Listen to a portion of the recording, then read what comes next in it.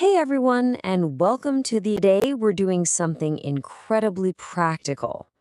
We are taking a massive list of over 500 English phrases and boiling them down into a simple, context-driven survival guide for your everyday life. So, if you're looking for the absolute most direct way to grasp conversational English and just sound natural out in the real world, you are in the exact right place. Okay, let's just dive right in. Look, we all know that feeling of suddenly blanking when you're speaking a new language, right? Your heart races, your mind goes completely empty, and those basic words just poof, they vanish. It's literally universally awkward. But, well, that's exactly why we're here.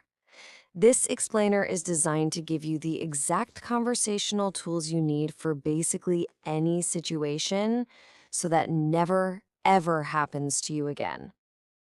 So, here is our game plan for today. First, casual calls and small talk. Second, navigating the office. Third, ordering at a restaurant. Fourth, friends and feelings. And finally, handling unexpected problems.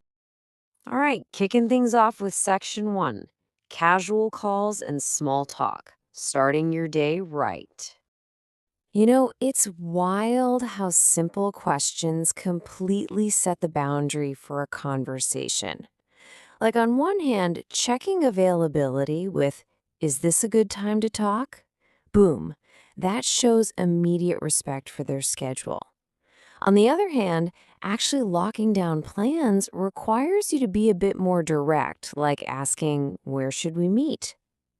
Recognizing that subtle difference, that is your first major step to true phone fluency.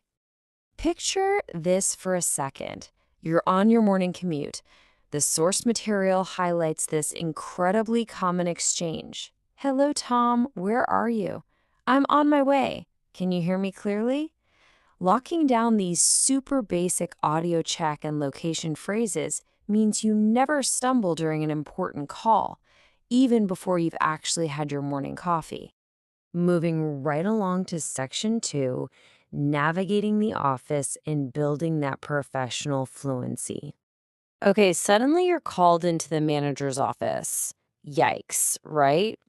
It's a totally relatable, anxiety-inducing scenario for anyone speaking a second language. Your boss looks right up at you and asks for a project status. So, how do you respond without missing a beat? The secret sauce here is just delivering clear, direct answers. If a colleague asks for an update, you just say, "He asked for the final update? Yes, he approved the plan." That's it. Being direct like that proves to everyone that you are completely on top of your workload. I love this because mentally anchoring your vocabulary to specific times of the day is like a cheat code for your brain.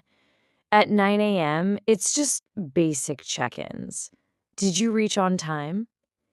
By 11 a.m., you're in a virtual meeting asking, "Is my screen visible?"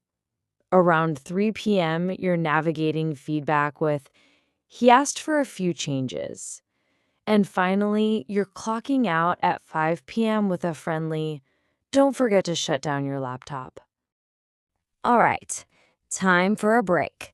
Section 3, ordering at a restaurant so you can dine with confidence. Mentally place yourself at a cozy little cafe table right now. We're going to move through the exact 3 steps you need to navigate literally any restaurant experience smoothly. First up, you secure your spot. Do you have a table for 2? Second, you actually order. "I'd like pasta without cheese." And third, you wrap the whole thing up. "Can we get the bill, please?" If you master these 3 pillars, you can confidently dine anywhere in the world. But hey, real fluency, that comes from customizing your experience. Asking something like, Can you make it less spicy? Or stating, please don't add onion, gives you total control. You get exactly what you want, no stress.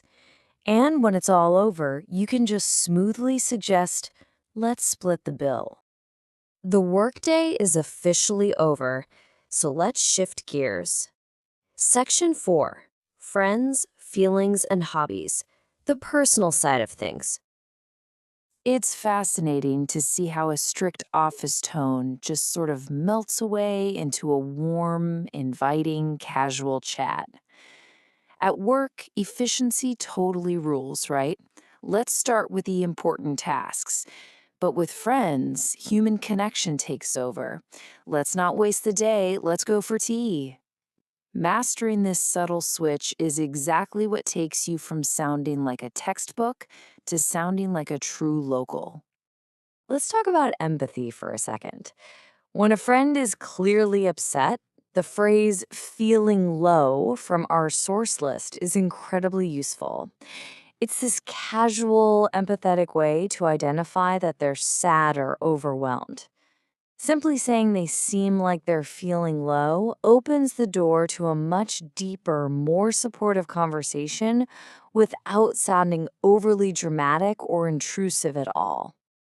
Now, empathy is a universal human thing, but finding the right words in English can be super tough. Having these specific, warm phrases ready to go means you can truly be there for your friends when they've got way too much on their mind. Saying, I'm here for you, or you don't have to handle everything alone, provides immediate comfort. It shows you genuinely care, which, let's be real, is the ultimate goal of mastering any language. Finally, we've got Section 5, Handling Unexpected Problems. Think of this as your survival matrix. Where you are instantly dictates the vocabulary you need. Whether you're at the airport asking, where's the check-in counter, doing your daily workout and asking someone, do you run on the treadmill? Or literally just looking up at the sky wondering, is it going to rain? Having these context-specific phrases mapped out in advance saves you from desperately searching for words in the moment. But, what happens when things actually go wrong? Panic sets in and words disappear instantly. But if you literally just hardwire this exact phrase into your memory, excuse me, I need help, I lost my phone, it will absolutely save you when you find yourself in a sudden bind. It's polite, it conveys urgency, and it gets a helpful listener's attention right away. From asking a stranger for directions to seeking immediate medical help, these are your absolute non-negotiables. You must know these to stay safe. I can't find my way, or I feel sick. These are short, sharp sentences that leave absolutely no room for misunderstanding when you need assistance, and you need it fast. So, as we wrap up this explainer, I've got a question for you guys. Which of these daily situations actually scares you the most? Seriously, is it navigating that update with your boss, or is it trying to customize an order in a super crowded restaurant?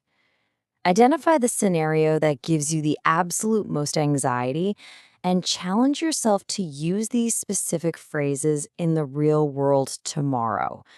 Remember, language isn't just a subject you study in a room.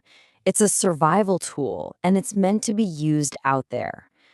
Go out and use it with total confidence. Thanks so much for joining me. Keep learning, and I'll catch you on the next explainer.